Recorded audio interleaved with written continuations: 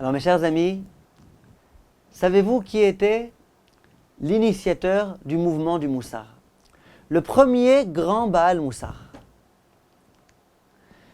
Eh bien, je peux vous le dire, aussi choquant que cela va pouvoir sembler l'être, c'était Paro. Paro Aracha, le roi d'Égypte, Pharaon. Ça a été un immense maître de Moussar. Il va nous donner une leçon qui va rester écrite jusqu'au jour d'aujourd'hui dans l'un des classiques du Moussar qui s'appelle le Mesilat Yesharim. De quoi s'agit-il? Lorsque les Bnei Israël étaient asservis terriblement par les Égyptiens, à un moment donné, ils ont essayé de se révolter. Ils se sont adressés à Pharaon et lui ont dit: Pharaon, on aimerait bien que tu nous libères un petit moment, qu'on puisse aller prier, qu'on puisse aller servir notre Dieu. À ce moment-là, Pharaon a dit: pas question, c'est inconcevable.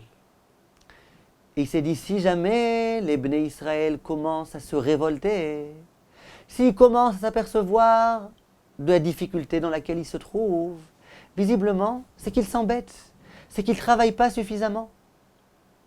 Et donc à ce moment-là, Pharaon va donner l'ordre aux Bnei Israël de travailler encore plus. Ainsi qu'il est écrit dans la Torah, Tirbad alehem ha'avoda, qu'ils travaillent encore plus. Et alors que jusqu'à présent, la paille leur était fournie pour pouvoir, avec cette paille, confectionner des briques, à partir de ce jour-ci, ça va être aux Bnei Israël eux-mêmes d'aller cueillir cette paille dans les champs des Égyptiens, qui, vous vous imaginez bien, se faisaient un grand plaisir de tabasser toutes les personnes qui osaient rentrer dans leurs champs pour se servir de paille. Et le comble du comble, c'est que les Bnei Israël devaient continuer à fournir le même nombre de paille, de briques chaque jour. Alors que, contrairement à la situation de départ, ils devaient eux-mêmes aller chercher cette paille. Donc bref, l'asservissement est devenu encore plus difficile. Le Mesilat Yesharim nous dit que l'un des problèmes principaux que l'on rencontre dans notre Avodat Hashem, au moment où on cherche à servir Hashem, c'est ce qu'il appelle le Tipul Vetirda Haolamit. Il dit qu'on est trop souvent surchargé. Nos emplois du temps sont sans arrêt surchargés. On a du travail depuis le matin jusqu'au soir. Bref, on n'a jamais de répit. On ne peut jamais faire de break, d'arrêt, d'interruption, pour pouvoir réfléchir un petit peu à la situation dans laquelle on est. Et dit le Mesilat Yesharim, un homme qui ne prend pas la peine de temps en temps de s'arrêter, de réfléchir, de s'introspecter, de souffler, cette personne-là, elle ne peut pas servir Hachem. Elle n'arrivera pas à servir Hachem comme il faut. Et elle risque malheureusement de déraper et de ne jamais s'en apercevoir. Quelle est la preuve qu'il apporte? Il apporte la preuve de Paro l'Aziz. Quelle est la preuve?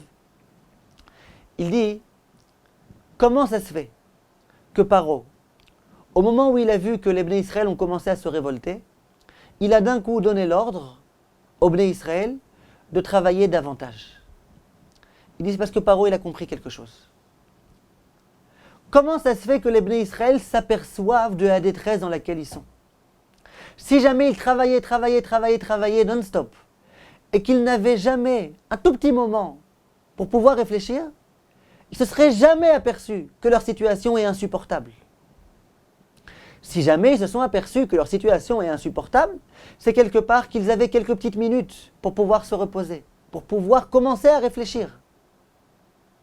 Et c'est la raison pour laquelle, Paro ayant peur que les Bnei Israël fassent un coup d'État, il s'est dit: non, sûrement pas. Aucun répit. Que les Bnei Israël travaillent non-stop. Comme ça, à aucun moment, ils pourront se poser les véritables questions et ils pourront s'apercevoir de la gravité de la situation dans laquelle ils se trouvent. Ça veut dire quoi? Ça veut dire que quand bien même on se trouverait sous l'oppression égyptienne, aussi insupportable que cela puisse être, si jamais on ne prend pas le temps de réfléchir un instant, si on n'a pas d'arrêt, dans lequel on réfléchit, on peut être dans cet état-là lamentable et ne pas s'en apercevoir. Dit le Messilat Yesharim, il en va de même concernant notre Yetzer Hara. On peut être oppressé par notre Yetzer Hara. On peut être écrasé, soumis à notre Yetzer Hara et ne pas s'en apercevoir. Si jamais on ne prend pas un tout petit peu de temps pour pouvoir réfléchir à la situation dans laquelle on est, à notre relation avec Hachem, eh bien on peut être complètement soumis par notre Yetzer Hara et ne pas s'en apercevoir. Cette leçon-là, le Messilat Yesharim la porte au nom de Paro. Il dit c'était ça, l'idée ingénieuse de Paro qui consistait à intensifier le labeur des Bnei Israël. Il faut savoir, mes chers amis, que dans notre génération, qui est la génération du iPhone et du iPad, aïe, combien ils font mal, ces appareils-là, la génération du MP3 et du MP4 et du Web7 et du je ne sais pas exactement quoi. Malheureusement, nous sommes menacés par ce problème-là. Quel est le problème du téléphone portable, mes chers amis? Et je peux vous dire, honnêtement et sincèrement, et écoutez ce cours jusqu'au bout, vous serez d'accord avec moi, que l'un de nos ennemis principaux, c'est le téléphone portable. Et je vous le dis moi-même, mon téléphone, quand il sonne, 9 fois sur 10, c'est pour une question de halakha ou pour un conseil de Torah. La 10e fois, c'est quelqu'un qui a besoin d'aide, ça peut être mon épouse, ça peut être quelque chose d'urgent à régler.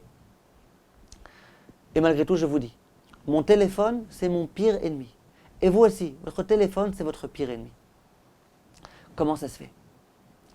Le téléphone, malheureusement, il nous déconnecte de nous-mêmes et il nous connecte au monde environnant. C'est ça le téléphone. Le téléphone, il fait en sorte que j'arrête de construire un monde intérieur, de me retrouver avec moi-même, de me sentir bien avec moi-même, et que je cherche sans arrêt autour. Qu'est-ce que lui va dire? Qu'est-ce que lui va me demander? Qu'est-ce que lui pense de moi? Etc., etc. Lorsque mon téléphone est allumé, le simple fait que je sache qu'à n'importe quel moment on va pouvoir m'appeler, de France, d'Italie, d'Amérique, ça fait que je ne suis pas avec moi-même. Je suis avec moi-même plus avec la personne qui potentiellement va pouvoir me téléphoner.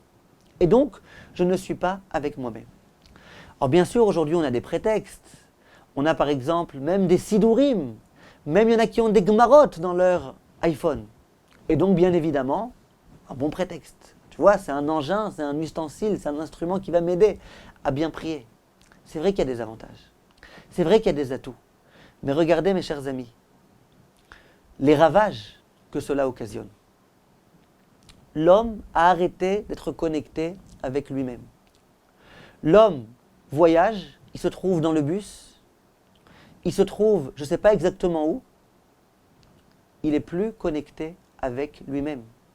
Il y a des gens, ils sont toutes là pendant 2 heures dans l'autobus, pendant les 2 heures avec le téléphone. Ils vont trouver des choses à faire, un mail envoyé à un tel, et regarder les informations ici, regarder là-bas. Ils ont tout le temps quelque chose à faire. Mais jamais ils prennent le temps de se trouver avec eux-mêmes.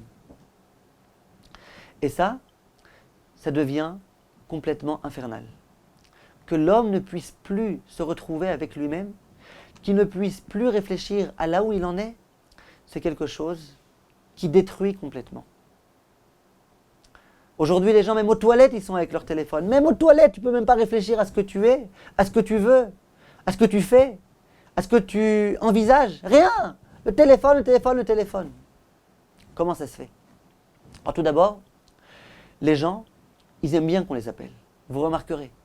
Si mon téléphone sonne toute la journée, c'est que je suis sollicité, c'est que je suis un grand homme, c'est que les gens ont besoin de moi, c'est que les gens m'apprécient, c'est que les gens ont besoin de mon conseil, c'est que je suis quelqu'un de sollicité. Les gens aiment ça. Les gens, ils aiment tellement ça que aujourd'hui la mode, c'est qu'on ne répond plus au téléphone. Comme ça, on montre bien, tu vois, je suis tellement surchargé, tellement sollicité que j'ai même plus le temps de répondre. Je ne réponds plus à tout le monde. C'est grave. Et aujourd'hui, comment on juge nos réussites? Au nombre de coups de fil qu'on reçoit. Si je suis quelqu'un qui reçoit beaucoup de coups de fil, c'est que je suis quelqu'un d'important.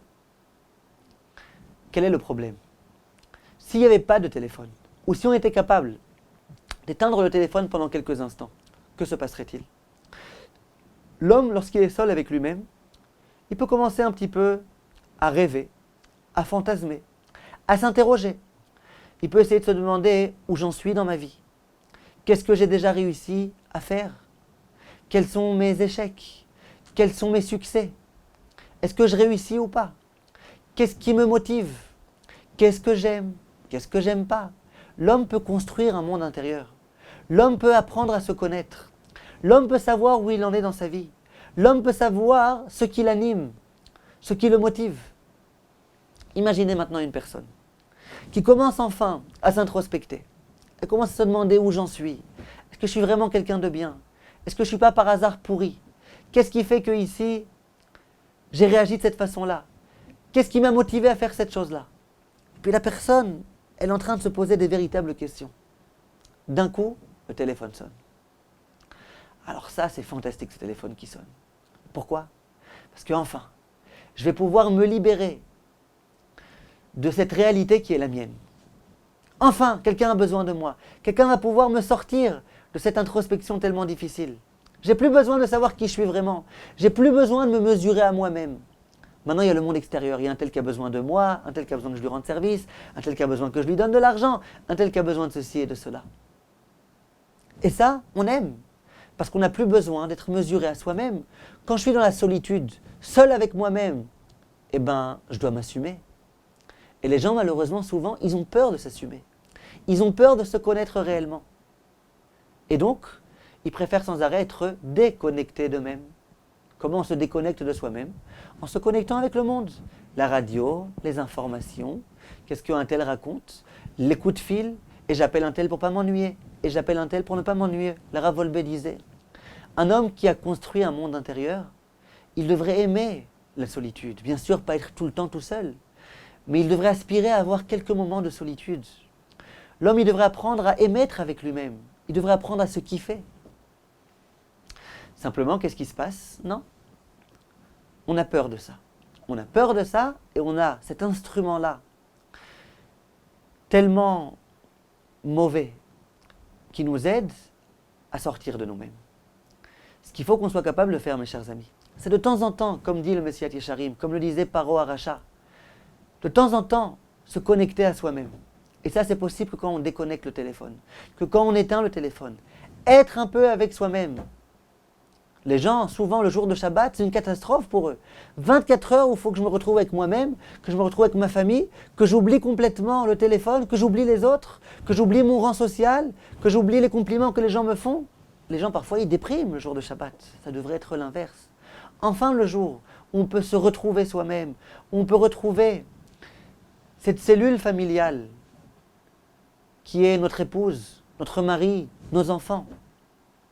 Ça doit être notre véritable aspiration. Je peux vous dire, mes chers amis, que j'ai connu un homme qui a eu un arrêt cardiaque. Lorsque Baruch Hashem, il s'est senti un petit peu mieux, j'étais lui rendre visite. Et il m'a dit, vous savez, mon médecin m'a dit que si je veux, Bezrat Hashem, pouvoir continuer à vivre, il faut absolument que je me déstresse. Et mon médecin m'a dit que la seule façon de pouvoir me déstresser, c'est que je lâche, j'abandonne mon téléphone portable. Il continue et il me dit, et il a raison. Je lui dis, comment tu sais? Il me dit, oui, avant cet accident, je me rappelle. Lorsque j'avais mon téléphone portable qui était sur la position vibreur, parce que je me trouvais par exemple dans la maison d'études, à la synagogue, il dit, mais sans arrêt, je mettais ma main dessus, parce que je sentais que ça vibrait. En fait, ça vibrait pas du tout. Mais j'avais tellement envie qu'on me téléphone. J'avais tellement envie qu'on fasse appel à moi, que même quand ça vibrait pas, je sentais que ça vibrait. Vous avez vu, mes chers amis, où est-ce qu'on se trouve? De cette façon-là, on ne peut pas progresser. De cette façon-là, on reste des gens complètement superficiels. On ne peut pas apprendre à se connaître, et donc, on ne peut pas progresser. On ne peut jamais se poser de questions, parce qu'on n'a pas un moment pour pouvoir s'introspecter, pour pouvoir réfléchir, pour pouvoir avancer, et se propulser, et arriver à des dimensions extraordinaires. Et ce danger-là, il menace tout le monde. Il menace même les gens qui passent leur journée à étudier la Torah, les Avrechim. il concerne même les gens qui passent leur journée à faire du chesed. Je vais vous donner un exemple. Un jour, dans la yeshiva du Rav Chaim de Brisk, il y a des élèves qui ont été voir le Rav de Brisk. Et lui ont dit, Rav, on a une question, une énigme insoluble à vous poser. Le Rav dit oui. Ils disent, regardez, vous connaissez tel élève, c'est le pilier de la yeshiva. C'est l'élève le plus assidu. Il étudie 18 heures sur 24. Et pourtant, il ne connaît rien. Il y a ici des élèves qui étudient 3 heures par jour et qui connaissent beaucoup, beaucoup, beaucoup plus. Comment ça se fait? Dieu qui est tellement grand, il ne pourrait pas aider cet élève qui s'investit tellement dans son étude à réussir? Et le Rav de Brisk leur a donné la réponse. Je vous demande de bien attacher votre ceinture avant de l'écouter. Il leur a dit, je vais vous expliquer. Cet élève-là, il est tellement assidu qu'il n'a aucune chance de devenir un Talmid Chacham. Alors là, c'est encore plus insoluble. Équation insoluble, mes chers amis. Celui qui est capable de m'expliquer ça. Ça veut dire quoi? Tellement assidu qu'il ne peut pas être Talmid Chacham. En général, on nous dit que c'est l'inverse. Plus on est assidu, plus on pourra devenir Talmid Chacham. C'est le secret de la réussite dans la Torah. Étudier, étudier, étudier. Ça veut dire quoi être tellement assidu qu'on ne peut pas devenir Talmid Chacham? L'idée, mes chers amis, est la suivante. Pour pouvoir réussir dans la Torah, c'est vrai qu'il faut étudier avec beaucoup d'assiduité. Mais il faut quelquefois être capable de souffler un petit peu. Je viens de finir d'étudier, je souffle. Je me demande, j'ai bien compris ce que j'ai étudié. Qu'est-ce que la Torah a voulu me dire ici? Je vais essayer de faire un résumé. Je vais réviser ce que j'ai étudié. Comment ça s'arrange avec ici? Comment ça s'arrange avec là-bas? Et quelquefois, fermer son livre et se demander, aujourd'hui j'ai bien étudié. Aujourd'hui j'ai étudié pour me rapprocher de Hachem. Où j'en suis dans ma avodat Hachem? Il dit, mais celui-là, il est tellement, tellement, tellement assidu que sans arrêt, il est obligé que sa bouche soit en train de murmurer des mots de Torah. Et lorsqu'il s'arrête un instant de murmurer des mots de Torah, pour lui c'est la fin du monde. Donc sans arrêt, blablabla, et puis il ne peut pas faire des révisions parce que blablabla, et puis il a peur de fermer son livre pour réfléchir où il en est parce que blablabla. Il est tellement aspiré par son étude qu'il ne peut pas devenir un Talmid Chacham. C'est fou, mais c'est vrai. Pour pouvoir progresser en Torah, il faut quelquefois s'arrêter un petit peu. Il faut être capable de souffler un petit peu, de se demander j'en suis où? Et il y a des gens qui sont tellement en train d'étudier que finalement, ils prennent même pas le temps de se demander où j'en suis. Ils oublient complètement qu'ils servent Hachem. Il y a des gens qui font tellement de chesed qu'ils oublient qu'ils servent Hachem. Je vous donne, mes chers amis, un exemple. Un jour, il y a un Talmid Chacham qui est venu voir le Rav Ben Zion Abba Shaul et qui lui a dit, Rav, cette nuit, j'ai fait un rêve tout à fait bizarroïde. À propos de rêves bizarroïdes, j'ai entendu dernièrement qu'il y avait un homme qui aimait beaucoup manger. Il adorait manger. Et puis un jour, il s'est endormi et il a rêvé qu'il mangeait le marshmallow le plus gros du monde entier. Même dans le Guinness des records, on n'avait pas vu un marshmallow tellement grand. Et il rêve qu'il est en train de le manger. Et comme ça, il est en train de le mâcher. Et puis il se fait un grand plaisir. Et puis le lendemain matin, il se réveille. Et puis il s'aperçoit qu'il ne retrouve plus son oreiller. D'accord? Donc en fait, cet élève vient voir le Rav et lui dit « J'ai fait un rêve tout à fait bizarre. » Alors le Rav lui dit « De quoi t'as rêvé? Vas-y, dis-moi, partage avec moi. » Il lui dit « Eh bien, j'ai rêvé de Dieu. J'étais avec Dieu, on était en train de discuter l'un avec l'autre. » Le Rav, il le regarde avec un air bizarre. Il lui dit « C'est ça que tu appelles un rêve bizarre? Je ne comprends pas. Tu passes ta journée à étudier la Torah. Quand tu étudies la Torah, tu es en train d'essayer de comprendre ce que Dieu te dit. En quelque sorte, Dieu s'adresse à toi. Le reste du temps, tu pries. Quand tu pries, c'est toi qui t'adresses à Dieu. Tu vis en symbiose avec Dieu. Tu vis avec lui. Tu as un lien exclusif avec lui. Toute la journée, tu es avec lui. Et tu t'étonnes que la nuit aussi, tu rêves de Dieu. En général, on rêve de ce qu'on fait toute la journée. Toute la journée, tu es avec Dieu, tu parles avec lui et lui, il te parle. La nuit, c'est normal que tu rêves. Mais non. Cet élève, il a raison que ce soit bizarroïde. Pourquoi? Parce que malheureusement, on peut quelquefois étudier toute la journée, passer notre journée à prier et ne pas penser un instant à Dieu. Mes chers amis, soyons honnêtes. Ça ne nous arrive pas quelquefois? D'avoir passé une journée, d'avoir récité la bracha de Sheakol plein de fois, et la bracha de Mezonot, et Asher Yatzar, et des Tfilot et tout. Et quand on réfléchit bien, on a pensé une seconde à Dieu? Non. Ça veut dire quoi? C'est-à-dire que même un homme qui passe sa journée à prier, et à réciter des brachot, et à étudier, si il ne s'arrête pas de temps en temps pour se dire « Mais qu'est-ce que je fais? Où je suis ici? Pourquoi je fais tout ce que je fais ?» Eh bien, il risque malheureusement de passer complètement à côté, de vivre une vie pleine de Torah et de mitzvot, mais dénuée de sens. Parce qu'il ne sait même pas pourquoi il fait ce qu'il fait. Il oublie complètement Akadosh Baruch Hu dans sa vie. C'est la raison pour laquelle, mes chers amis, si on veut réussir à progresser dans notre vie, le béaba, c'est de quelquefois faire un arrêt. Même dans les couples, c'est important. Même les couples qui s'aiment et qui s'adorent. Quelquefois, il y a une routine qui se crée qui n'est pas bonne. Quelquefois, il faut rompre cette rupture, cette routine. Comment on la rompt? Eh bien, on va à un endroit, on se repose, on part en vacances quelque part. Il faut rompre la routine. La routine n'est pas bonne.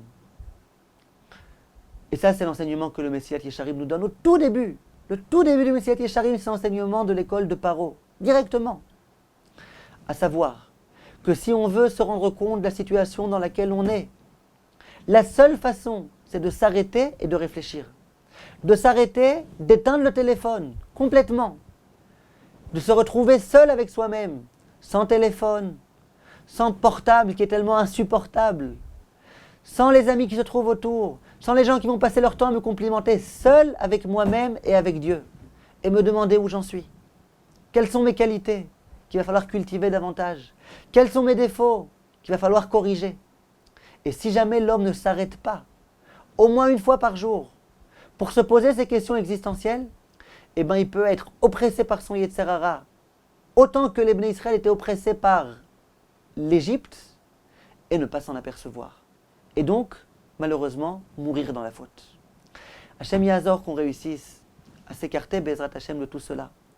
Qu'on se serve des points positifs de notre téléphone, et qu'on sache quelquefois se distancier un petit peu de tout cela, pour pouvoir réussir, Bezrat Hachem, à progresser.